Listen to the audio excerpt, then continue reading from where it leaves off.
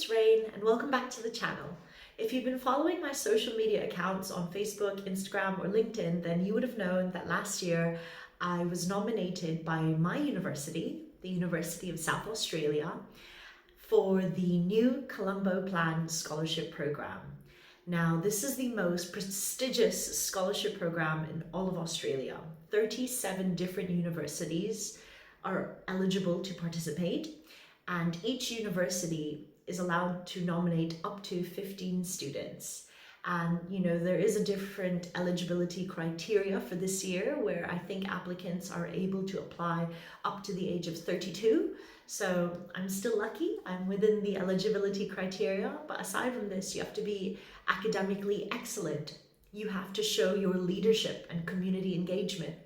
You have to show that you are adaptable, resilient, and while being in the Indo-Pacific, representing Australia, where you act as like an ambassador, you would have to contribute to the NCP's strategic goals and outcomes because you are representing the Department of Foreign Affairs and Trade.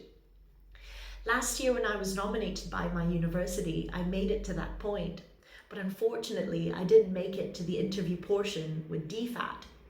And at that time in my life, being nominated for the NCP Scholarship gave me a lot of hope, especially since I had just moved from Japan to the Philippines. I was going through some big emotional and mental changes, things going on in my personal life, and then that was compounded by mental and physical stress because my body had a very severe reaction to the environment in the Philippines, and that caused a number of severe life-threatening infections because the doctors unfortunately gave me the wrong medication. So although I am smiling, it was actually just excruciating at the time, and it doesn't help that I've got this positive demeanor, but at that time in my life, being nominated for the scholarship gave me a lot of hope because the university recognized my potential. And they saw something that I didn't even see or consider in myself, even though my grade point average at the time was a 6.1 out of 7. Now, since not making it into the NCP scholarships interview portion, which is how they would determine which candidates get to move on to the next round, at that time I was simultaneously nominated for the UniSA Vacation Research Scholarship Program. And I was surprised that I got into that one. And what the Vacation Research Scholarship does is that it exposes undergraduate students into the world of research, where you are working with experienced, seasoned researchers, professors, and these supervisors would guide you through 4 to 8 weeks of a research program. Now, instead of my program only being conducted during the summer period, it ended up continuing until present time. So from something that was supposed to take place between November to February, I'm still undertaking my Vacation Research Scholarship. And as a result of my efforts, I am a published co-author in a scientific journal focused on healthy sleep and nursing. I am currently the lead author in a scoping review protocol, and I am currently a co-author for a larger scoping review.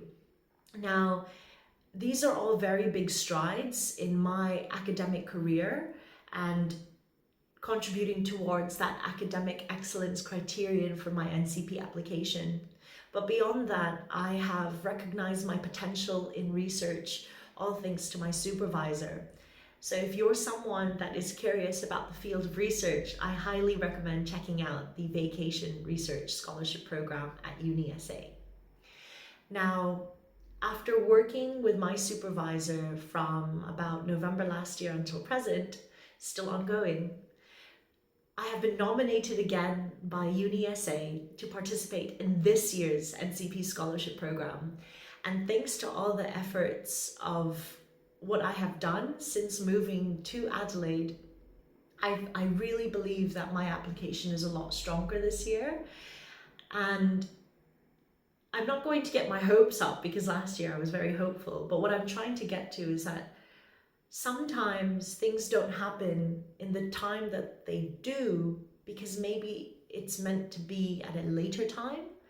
We don't always understand in the moment why certain things happen, but there's a good reason and purpose for it.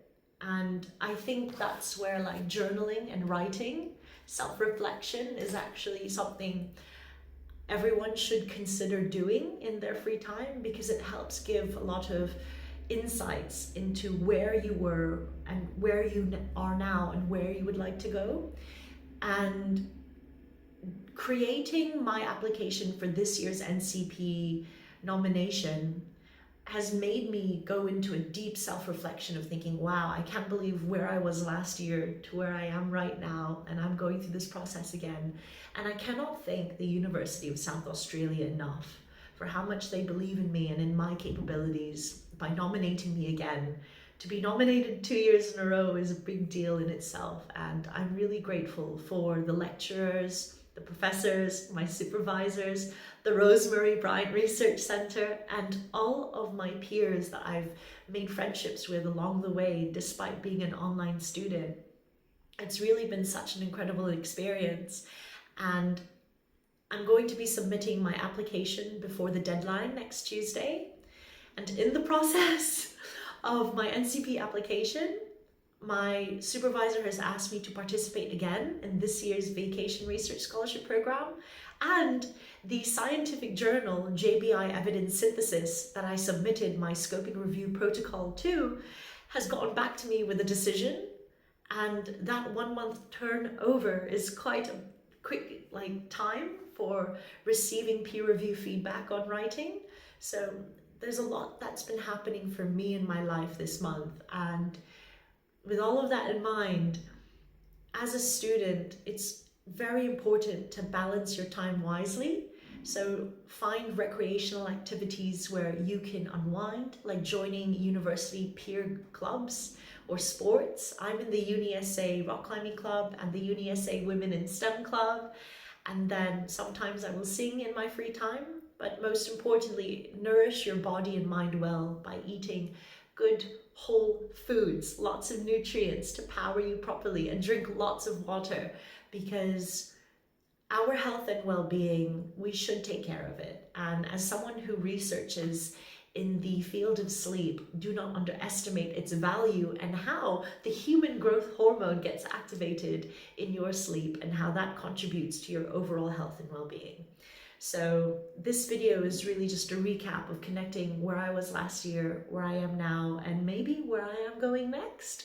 So hit subscribe to see what's happening next in my journey. And if you have any questions on how to study effectively, what scholarships you are thinking of applying to or would like to know about, feel free to drop your comments in the drop your questions in the comments down below, and I'd be happy to get back to you. Like you, I'm a student in a new city, different place, learning different languages. I'm also multiracial, so there's always different things that we're learning and navigating in this life in our 20s. But don't worry, breathe, write, drink lots of water, and always know that you've got this. And it's Rain Paljak signing out. I'll see you in the next one.